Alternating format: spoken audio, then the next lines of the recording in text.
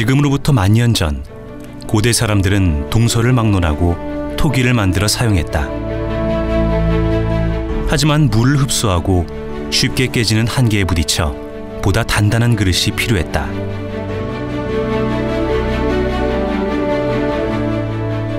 중국이 최초로 개발한 자기, 흙과 물, 불, 그리고 인간의 지혜가 만난 합작품이다. 자기의 발명은 오늘날 나른한 오후에 즐기는 차 한 잔의 여유와 우리네 식탁을 풍성하게 만들어 주었다.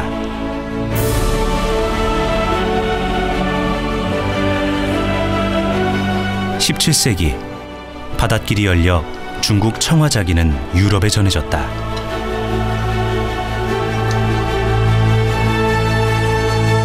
하얀 바탕에 푸른 꽃이 내려앉은 청화자기에 매혹된 유럽인들. 그들도 자기를 만들고자 열망했다. 독일의 연금술사 베트건은 3만 번에 달하는 실험을 했고, 일본은 자기 기술을 얻고자 전쟁을 일으켰다. 마침내 철저하게 비밀에 붙여졌던 자기 제조 기술이 밝혀지고, 세계 도자의 중심은 중국에서 유럽으로 바뀌게 되었다.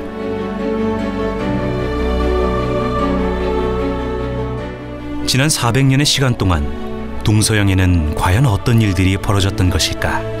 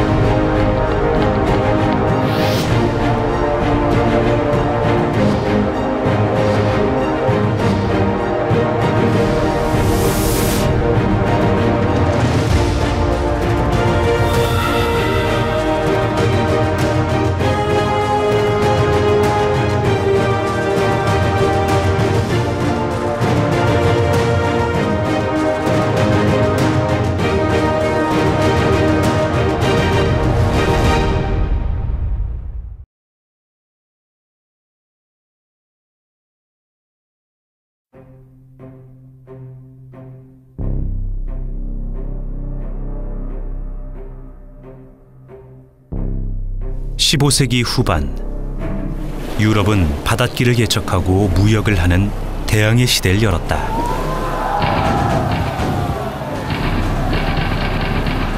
오랜 고립에서 벗어나 뒤늦게 세계사의 무대에 등장한 유럽.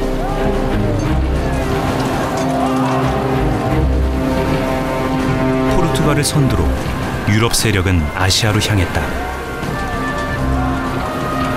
해상 패권을 둘러싸고 포르투갈과 스페인, 네덜란드와 영국 간에 치열한 무역 전쟁이 벌어졌다.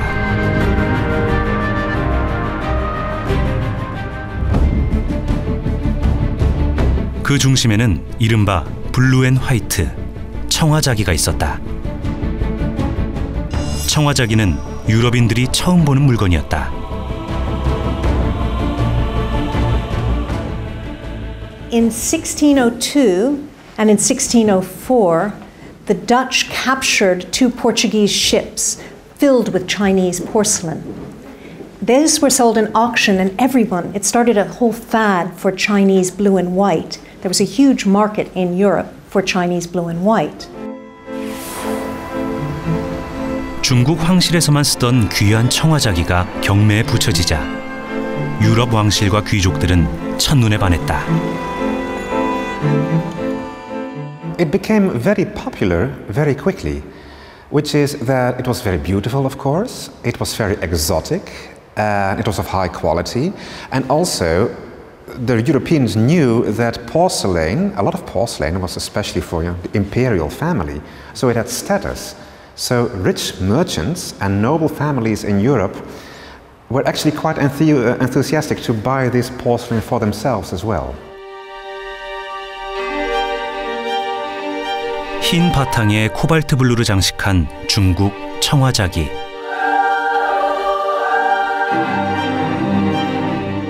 동양에서 온 하얀 금, 화이트 골드라 불리며 금보다 귀한 대접을 받았다.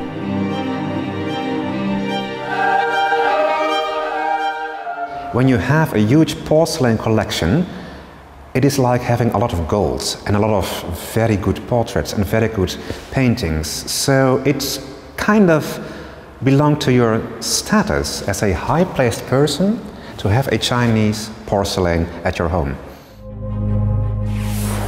청화자기의 등장은 중국 것이라면 뭐든지 좋다는 중국 열풍, 신우아즈리를 몰고 왔다.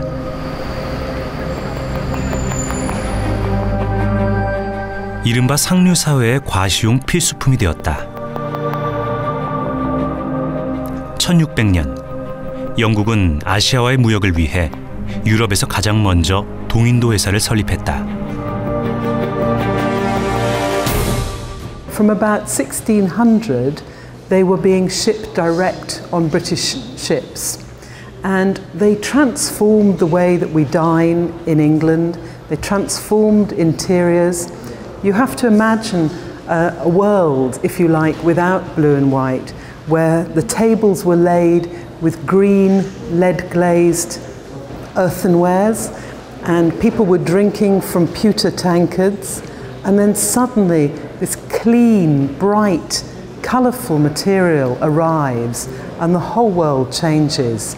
So the way that people ate, they began decorating their homes by putting them around on shelves around the ceilings.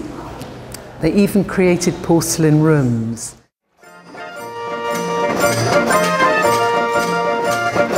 자기 무역의 가능성을 확인한 네덜란드도 델프트, 암스테르담 등 6개 도시 상인들이 모여 현대 주식회사의 모델이 되는 네덜란드 동인도 회사를 세웠다.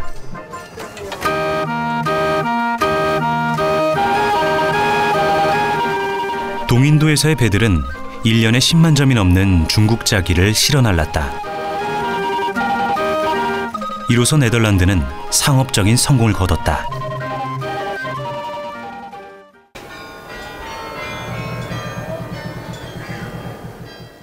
The Dutch people went to China to buy the Chinese specialty, like the cinnamon and the pepper. They saw the Chinese porcelain and they liked it very much. It was the golden ages, we were very rich, so we imported a lot of Chinese porcelain. 아시아와 교역으로 막대한 부를 축적한 네덜란드. 당시 회화에도 영향을 미쳤다.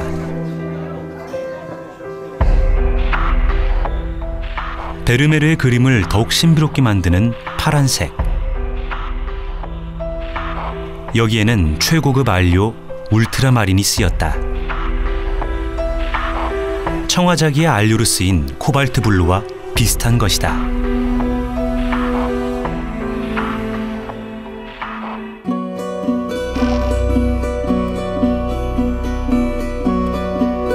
도자기의 고향 중국의 징더전.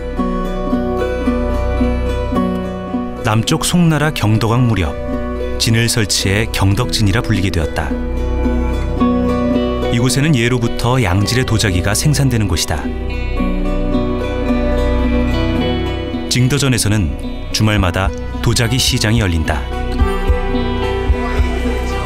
세계 각지에서 찾아오는 구매자들로 문전성시를 이룬다. 이곳의 도자 거래는 1000년 넘게 지속되고 있다.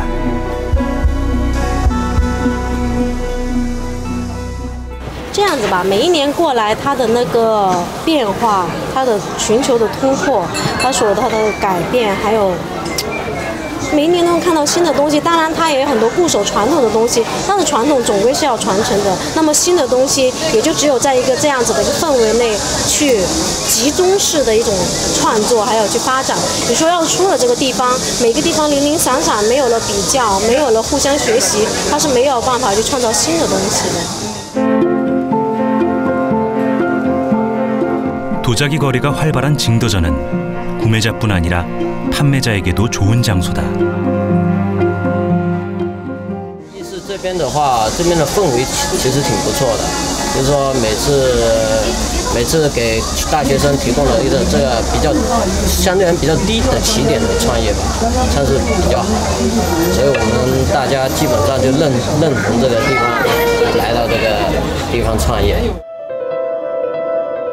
백색 자기는 중국인이 빚어낸 인류 최초의 하이테크 상품이다. 도자기를 차이나라고 부르는 것도 중국이 도자 종주국이라는 사실을 단적으로 말해준다. 是的，我们家一日三餐都与这个有关的。我们家所有的餐具都是瓷的。这个东西怎么说呢？这个历史很长的，因为中国的那个打头的英文就是灿烂吧，就是瓷器的意思。 所以说，我们历史源流下来的都是用的都是瓷器。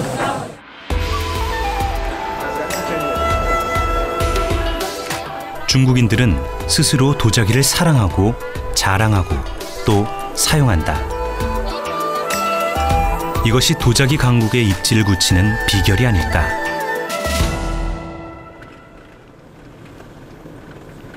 좋은 재료가 나는 곳에 명품이 난다.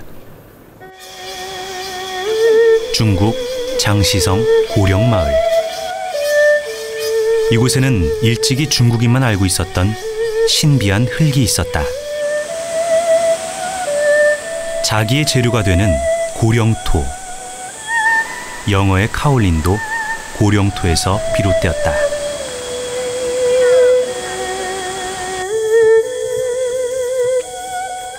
고령토의 발견은 징더전이 세계적인 도자기 도시로의 성장 발판이 되었다.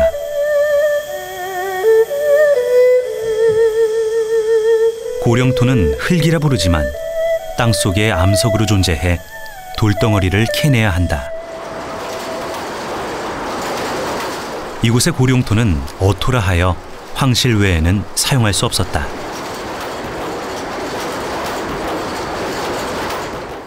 但景德镇这种高岭土的这个原料非常特殊，古代我们叫玉土，就专门为皇家烧造原料的这种原料叫玉土。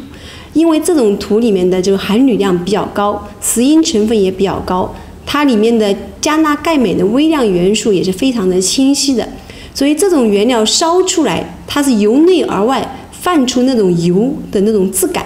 啊，我们这个烧出来瓷器是那种青白色，非常白，非常的细腻啊，就像人的肌肤一样的。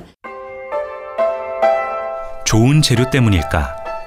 징더전의 도자기는 백옥같이 희고 거울처럼 맑으며 종이처럼 얇고 소리는 동종처럼 맑다.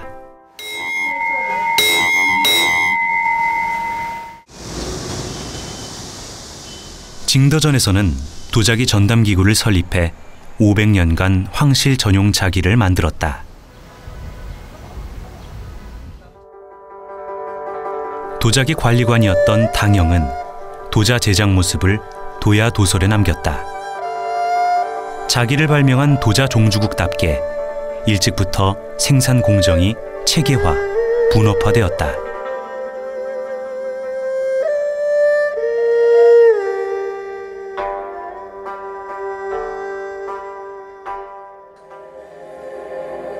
자기를 제작하는 데 흙의 배합은 매우 중요하다. 자기를 만드는 데 필요한 성분은 석영과 점토, 장석 세 가지다. 유리질인 석영은 자기의 뼈대, 점토는 살, 장석은 이 둘의 접착제 역할을 해준다.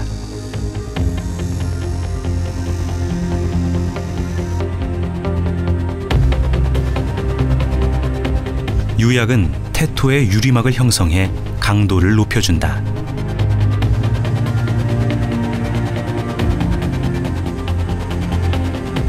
이슬람 세계에서 온 푸른색 안료는 도자기를 획기적으로 변화시켰다.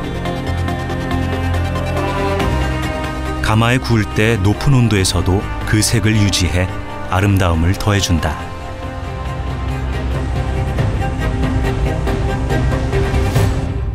青花瓷，中国的青花瓷最开始始于唐代，但唐代它没有系统的产业化的去生产。到元代，在景德镇出现了青花瓷。元代景德镇烧造的青花瓷的青花骨料主要来源于伊朗跟伊拉克，它是以这种高铁低锰的氢化料为主要的矿物质原料，在陶石上进行彩绘烧造了。 동서양의 문화가 공존하는 터키 이스탄불.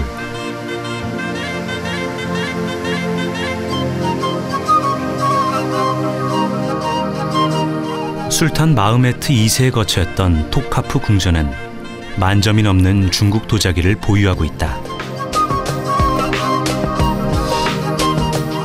원나라 때 이슬람 소비자들은 코발트 안료를 중국에 전하고 그들의 취향에 맞게 청화자기 제작을 주문했다.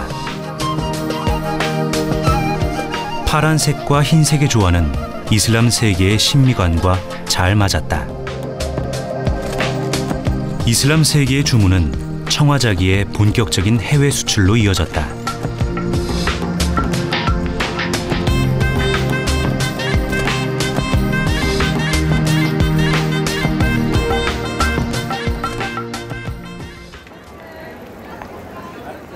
청화자기를 수입해 막대한 부를 축적한 네덜란드는 자기를 개발하는 것이 곧 황금알을 낳는 산업이라 여겼다. None of it we know in our dining culture or in our houses in the Netherlands. So we think this is a beautiful product they make in Asia, becomes extremely popular, but it's expensive. And that's where the Dutch potters see a new opportunity. They think, what if we can improve our earthenwares, make them look like Chinese porcelain? 네덜란드 델프트에서는 청화자기를 모방해 유럽 최초의 도기, 델프트 블루를 만들었다. 하지만 흙의 한계에 부딪혔다. You need the porcelain clay, the kaolin, but we don't have that in the Netherlands. We don't find it in Europe until the 18th century. So up to then, it's an optical illusion.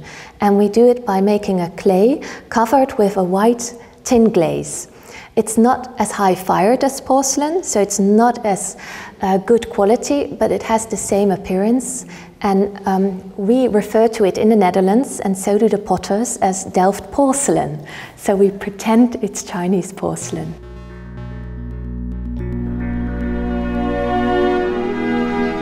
청화자기를 닮은 델프트 블루.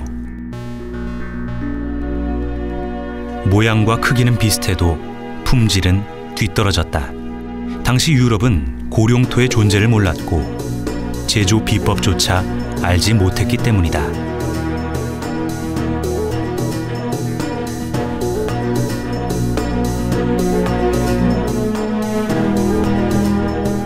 품질은 떨어졌지만 청화자기를 살 수 없는 사람들에게는 훌륭한 대용품이 되었다.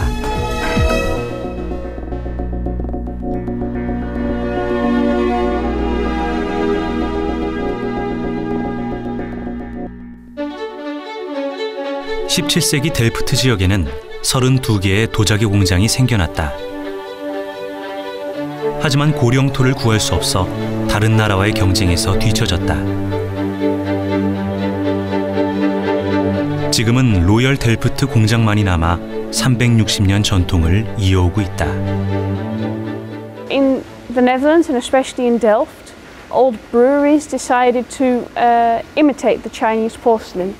And Royal Delft started doing that in 1653. It was quite quickly, actually. We started in 1653, and within 20 years, the products had become very Dutch. The Chinese pagodas had changed into Dutch windmills, ships and fields, and so forth.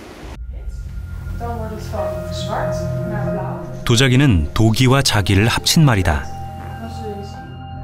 진흙으로 낮은 온도에서 굽는 도기는 무르고 고령토로 높은 온도에서 굽는 자기는 깨끗하고 단단하다. 델프트 도기는 중국 자기의 강도와 정교함을 따라가지 못했던 것이다. It's tableware from the 17th century. This is Johannes Vermeer's dining room. Johannes Vermeer was born in the 17th century, the same century that we were established. So we call him a time companion of Royal Delft. And on the table, it's tableware from the 17th century to recreate the atmosphere from that time. 네덜란드는 고령토를 구하기 어려운 지역적 한계를 안고 있었다. 이러한 한계는 타일의 발달로 이어졌다. 낮은 땅이란 뜻을 가진 네덜란드의 이름처럼 국토가 해수면보다 낮아 대부분의 집들이 타일을 사용한다.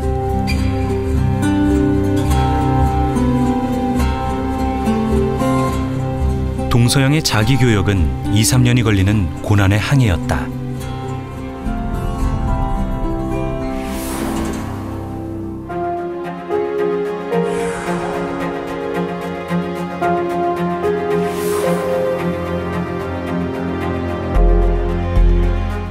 (1644년) 중국 대륙은 명에서 청으로 주인이 바뀌었다. 청나라가 바다 무역을 봉쇄하자 자기 무역은 중단되었다. Problems between the Ming and the Qing dynasties and the all of the internecine warfare that was happening and maritime restrictions, the porcelain could no longer leave China. So the Dutch East India Company was looking to find porcelain from other places, and they found it in Japan. The first shipments from Japan to Europe started in 1659, and these were always through Nagasaki, which was at that point the only port that could export. 무역길이 막힌 네덜란드는 일본으로 눈을 돌렸다. 일본 규슈, 나가사키. 중국 내전으로 인한 공백은 일본에게 좋은 기회로 작용했다. 기독교 포교를 금지하고 상업적 무역만 허락한 인공섬 대지마. 이곳은 당시 해외 무역의 창구 역할을 했다. 네덜란드 동인도에서는 중국에서 채우지 못한 물량을 일본에서 충당하려 했다. 당시 일본에는 조선 도공의 기술과 중국 제조 기술을 접목시킨 채색작이 가키에몬이 있었다. 일본은 자기를 생산한 지 40년 만에 첫 수출길을 열었다. 中国磁器の輸出が後退したできなくなったことから日本というのが日本の焼き物特に日本の磁器が注目されて、海外進出そして、当時まだ中国磁器の輸入国だった日本が国内市場も独占するという非常に、もう幸運な出来事だったと考えられます。ですので当時この有田だけでなく、この一帯肥前養業地一帯が磁器を輸出するというその好景気に恵まれて非常にこう生産活動が活発になっていった非常にドラマチックな時代だったと考えられます。 첫 수출 뒤 70년 동안 700만 개의 아리타 도자기가 이마리 항을 통해 세계 각지로 팔려나갔다.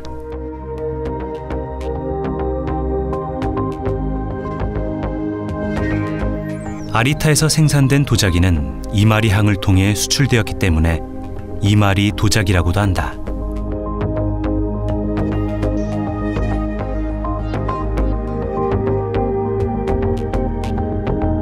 당시 수출된 이마리 도자기는 일본에 거의 남아있지 않아 고 이마리라고 부르며 비싼 값에 역수입해 소장하고 있다. 当時酒の中期が記録ではですね10個で8テールという価格で1659年の記録に残っています。でテールというのは銀の重さ銀の含有量の価格になるんですがそれから換算すると、1点あたりその中期について言えば数万円ぐらいの値段で取引されていたと考えられますので非常に当時としては高価な輸出品だったと考えられます。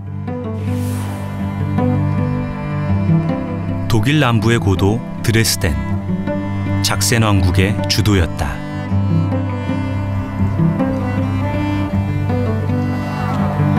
이곳에 18세기 유럽 도자사의 이름을 남긴 한 사람이 있다.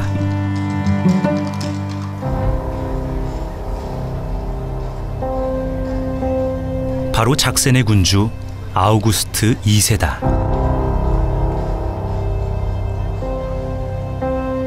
유럽 내에서 가장 많은 동양 도자기를 보유한 츠빙거 궁전. 아우구스트 2세는 동양 도자기의 열렬한 수집광이었다.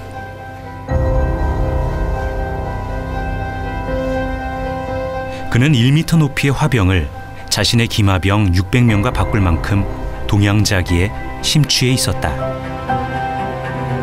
당시 중국과 일본 자기를 소유한다는 것은 부와 권력의 상징이었다. 그가 수집한 도자기는 35,000여 점.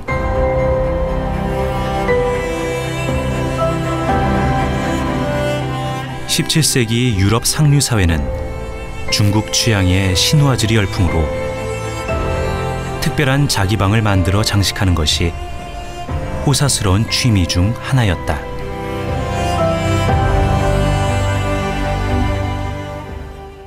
Und diese Konstellation geht auf die Sammelleidenschaft und das Mäzenatentum Augusts des Starken schon zurück im 18. Jahrhundert. August der Starke hat in nur 30 Jahren die größte Sammlung chinesischen und japanischen Porzellans in Europa hier in Dresden zusammengetragen. Und sie sollte eben seiner königlichen Manufaktur, die damals einzigartig war in Europa, denn einerseits bewunderte er die Produkte aus China und Japan sehr, andererseits war er aber auch sehr neidisch auf das Können. 강건왕으로 불리는 아우구스트 2세는 강한 나라를 만들기 위해 막대한 자금이 필요했다.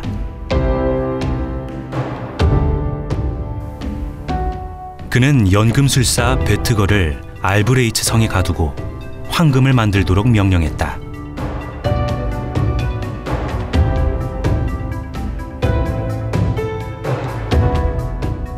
거듭된 실패로 금을 만들 수 없게 되자 다시 자기 개발을 명령했다.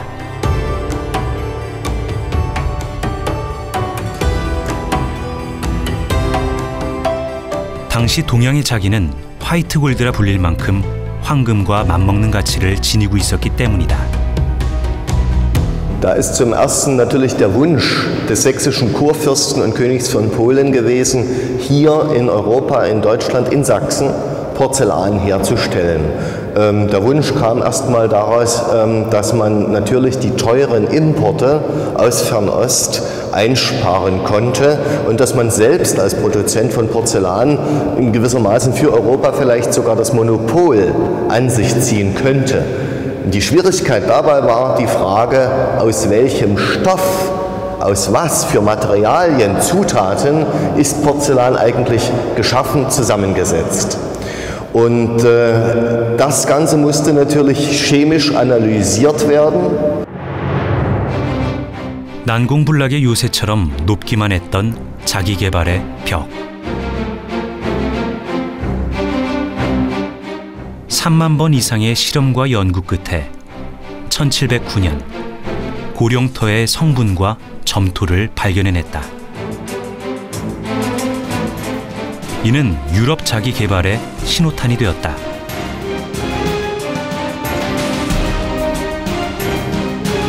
모두가 원했으나 유럽 어느 나라도 만들 수 없었던 자기. 독일의 자기 개발은 도자사의 기념비적인 사건이었다.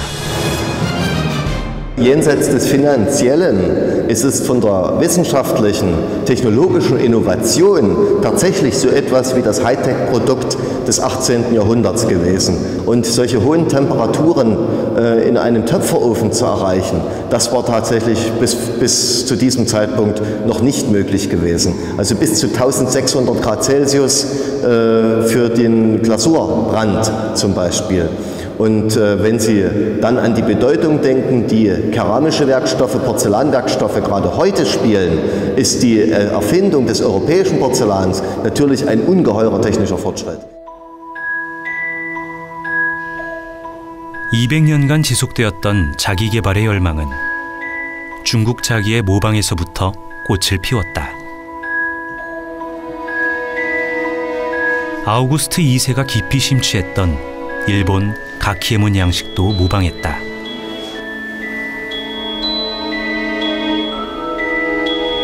중국의 용 문양을 일본식으로 채색하여 마이센의 대표 용 디자인을 만들어냈다.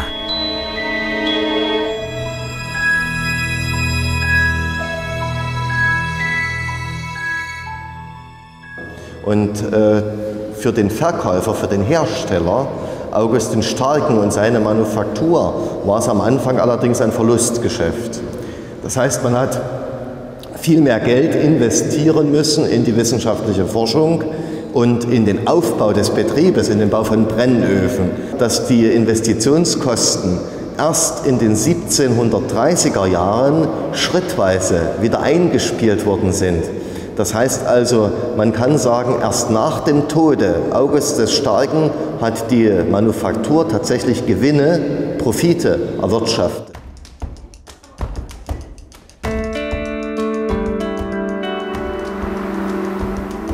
자기 개발이 성공한 직후 1710년 문을 연 마이센 도자 제작소. 새 역사를 이룩한 명성을 꾸준히 이어오고 있다. 자기 개발 후 철저하게 비밀에 붙여졌던 도자 제조 비법이 새어나가자 유럽의 많은 요장에서 마이센 자기를 모방했다. 그들은 차별화할 필요성을 느꼈다. 초창기에는 아우구스트 왕의 머리 글자인 에이아를 새기다가 1723년부터는 작센 지방의 문양인 쌍카를 그려놓고 있다. Man kann sich, wenn man die Porzellanmanufaktur wieder verlässt, neben dem Eingang verschiedene Porzellanplatten anschauen. Und dort sind alle Markenzeichen drauf, die jemals im Einsatz waren. Man wollte schon im frühen 18. Jahrhundert die Produkte schützen, das ist keine Selbstverständlichkeit gewesen, und hat sich dann 1722 für ein neutrales Zeichen entschieden, für die Kurschwerter. Das heißt, die findet man im Anfang im kursächsischen Wappen, denn man wollte ja von vornherein zeigen, das ist das Symbol und das ist das Herkunftsland. Die Verbindung war natürlich ganz wichtig. 마이센은 중국 청화자기의 문양을 모방하면서 마이센의 문양으로 재탄생시켰다.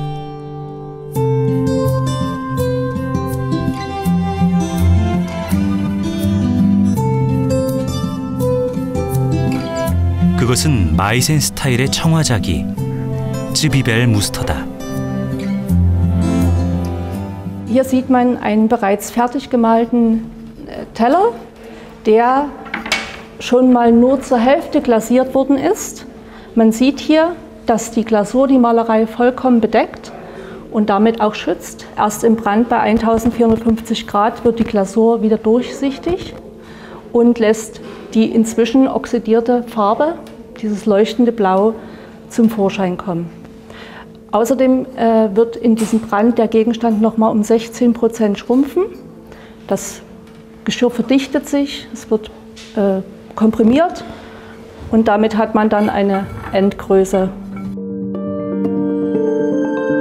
쯔비벨 무스터는 독일어로 양파 문양을 뜻한다. 석류꽃을 양파로 오인해 그림을 그려 붙여진 이름이다. 쯔비벨 무스터는 그릇 하나에 20-30만 원을 호가하지만 여전히 전 세계 주부들에게 사랑받는 클래식 중의 클래식이다.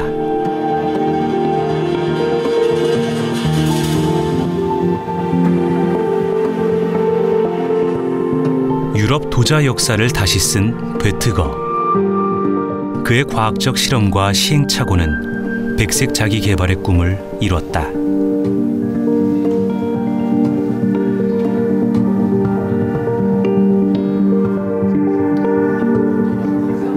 비록 마이센의 출발은 모방에서부터 시작했지만 끊임없는 디자인 개발과 현대화를 추진하면서 진화, 발전해 가고 있다.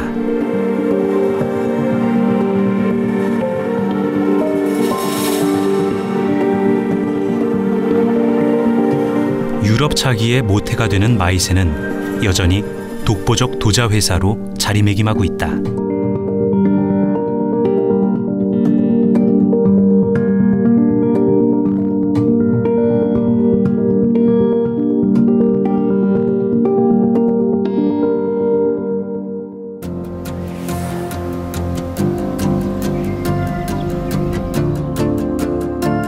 프랑스 베르사유 궁전. 마이센의 자기 개발은 다른 나라들로 하여금 직접 만들어 보려는 욕망을 불러일으켰다. 태양왕 루이 14세 역시 청화자기 애호가였다.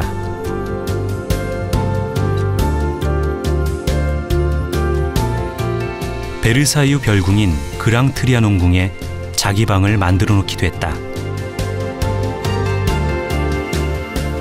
프랑스 역시 동양 자기를 접하면서 이들과 똑같은 자기를 만들고자 시도했다. Qui paraissait absolument extrêmement mystérieuse, presque magique aux Européens et aux Français en particulier. Et on connaît plusieurs expériences en France, à la fin sous le règne de Louis XIV déjà, d'imitation de la porcelaine, notamment à Rouen. Et puis après la mort de Louis XIV, il y a d'autres expériences qui se déroulent à Saint-Cloud, à Chantilly, à Mency et puis enfin à Vincennes. Donc les expériences se multiplient et généralement sont le fait de faïenciers. Des faïenciers qui essayent de découvrir le secret de fabrication de la porcelaine. 세브르 자료실. 이곳에는 프랑스가 자기 제조 비밀을 알아내기 위해 징더전에 파견한 선교사의 서신이 보관되어 있다. En fait, ce sont des lettres du père d'Entrecolle que nous avons dans nos collections. Elles sont rentrées au XIXe siècle dans nos collections. Et ce sont en fait des transcriptions des lettres du XVIIIe siècle que le père d'Entrecolle avait fournies pour décrire en fait la mission qu'il avait menée à cette époque-là et en Chine. Et donc ça parle en fait de la fabrication de la porcelaine de Chine au XVIIe siècle. 당트르콜 신부는 2번에 걸쳐 중국 제조 기술을 알렸지만 고령토를 구할 순 없었다. 자기의 환상을 갖고 있던 프랑스는 똑같은 중국 자기를 만들려고 노력했다. 프랑스에는 도기의 주석 성분이 들어간 연질 자기, 파이앙스가 있었다. 하지만 그들은 이보다 단단한 경질 자기를 만들고자 노력했다. Oui, en fait, la porcelaine en Europe apparaît d'abord en Allemagne, autour de 1710, si vous voulez. Il y a eu quelques essais auparavant, mais très très peu. C'est vraiment l'Allemagne qui crée la porcelaine et elle arrive bientôt en France, autour de 1740, si vous voulez, jusqu'à ce que le roi crée la manufacture de Sèvres. Et donc là, vraiment, ça va être une véritable mode de faire de la porcelaine. Mais c'est de la porcelaine qui n'est pas de type d'Extrême-Orient. C'est de la porcelaine tendre, c'est-à-dire qu'il n'y a pas de kaolin dans la pâte. 도자기의 품질을 결정하는 것은 흙이다. 중국 자기가 희고 단단하며 맑은 소리를 내는 데는 이유가 있다. 자기의 태토가 되는 질 좋은 고령토를 사용하기 때문이다.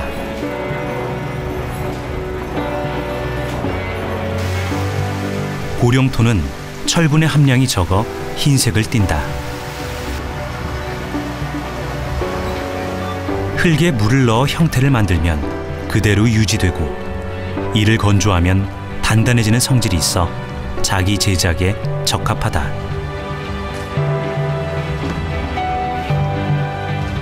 (16세기) 이전 중국이 유일한 도자기 생산국이었던 이유도 바로 이 흙에 있었다.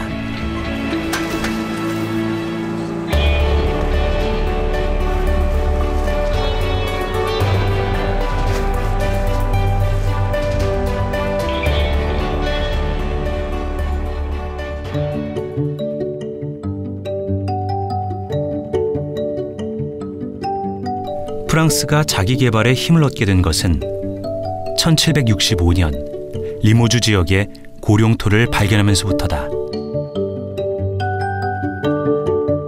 황금알을 낳는 자기 개발에 프랑스 역시 세브르 도자 제작소를 열어 수익을 얻고자 했다.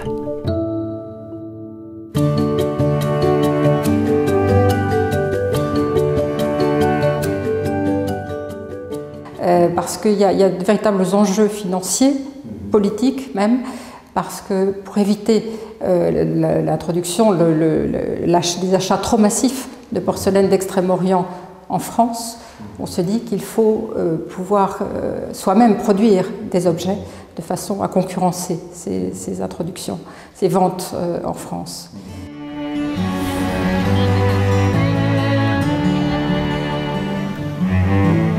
덴마크 코펜하겐. 파란 바닷빛을 닮은 덴마크의 대표 도자기가 있다. 수도 이름을 그대로 사용한 로얄 코펜하겐이다. 로얄 코펜하겐은 1775년 덴마크 왕실의 전폭적인 후원 아래 왕립 공인 도자기 공장으로 출범하였다. 독일 마이센보다 65년이나 늦은 출발이다.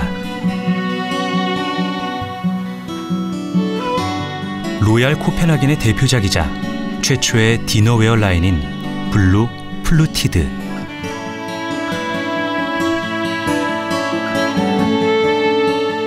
이 자기는 1200번에 달하는 도공의 붓질을 거쳐야 비로소 탄생한다.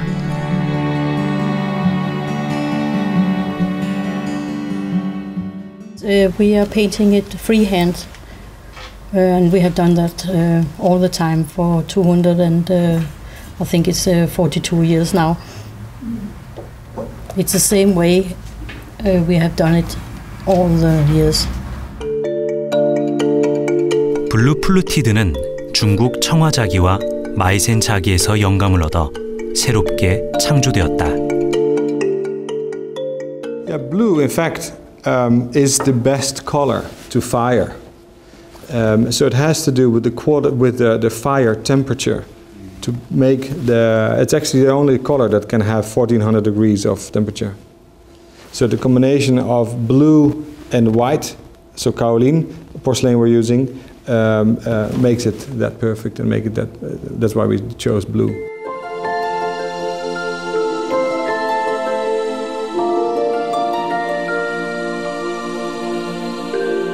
유럽 전역에서 자기를 만들 수 있게 되자 각 나라는 앞다투어 안료 경쟁에 뛰어들었다. 고온에서도 표현되는 다양한 색상 개발은 곧 그 나라의 힘이 된다.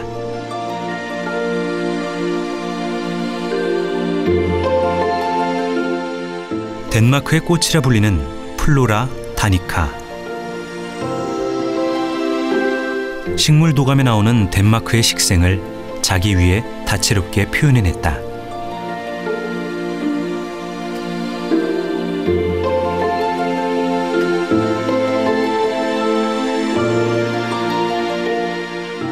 This is Flora Danica Encyclopedia, which is an encyclopedia made over the Danish wild and the Danish plant life, flowers and plants, begun in the 1700s. It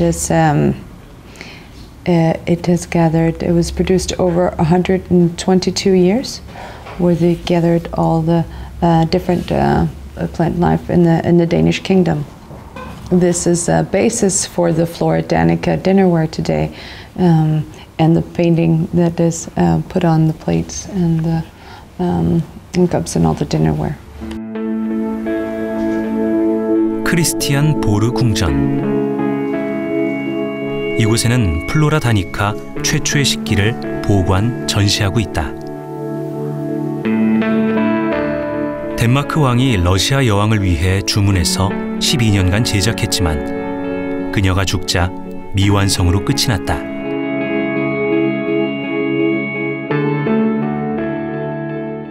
Is a very special table service in European history because it consists of 1,500 parts, plates and bowls and many different things, and it depicts the plant life of Denmark. That is why it is called Flora Danica, the Latin name, intended to be a present from the Danish king Christian VII to the Empress of Russia, Catherine the Great, which was known to be a famous collector of porcelain. 초창기 모든 유럽 자기가 그렇듯 모방으로 시작해 새로운 창조로 이어간 로얄 코펜하겐. 비록 65년이나 늦은 후발주자지만 명실상부한 유럽 4대 명문 브랜드로 입지를 굳히고 있다.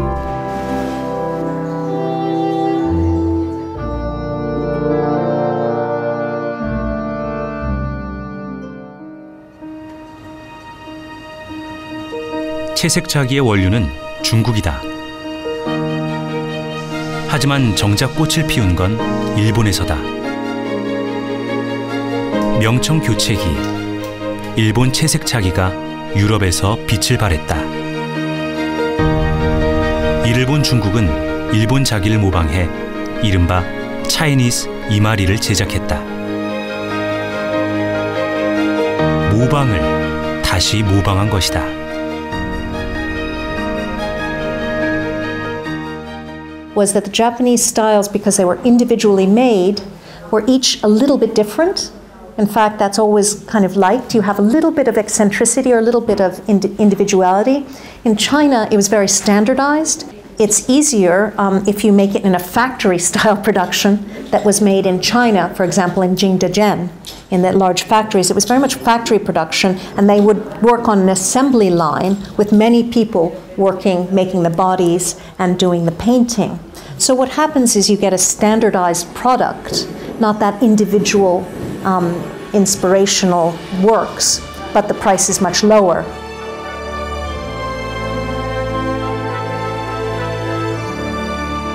(17세기) 도자기는 아름다운 무역품만은 아니었다.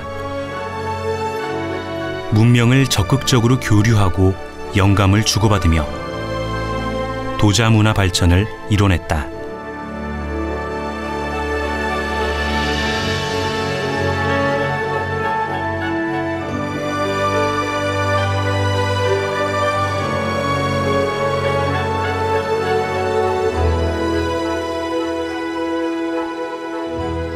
네덜란드 델프트 블루 제품 가운데 가장 유명한 피라미드식 튤립 꼬지. 이 튤립 꼬지는 중국의 불탑과 청화자기의 모티브를 얻어 제작되었다. 모방 속에서 창조의 싹이 움터 한 나라의 대표 상품을 만들어냈다.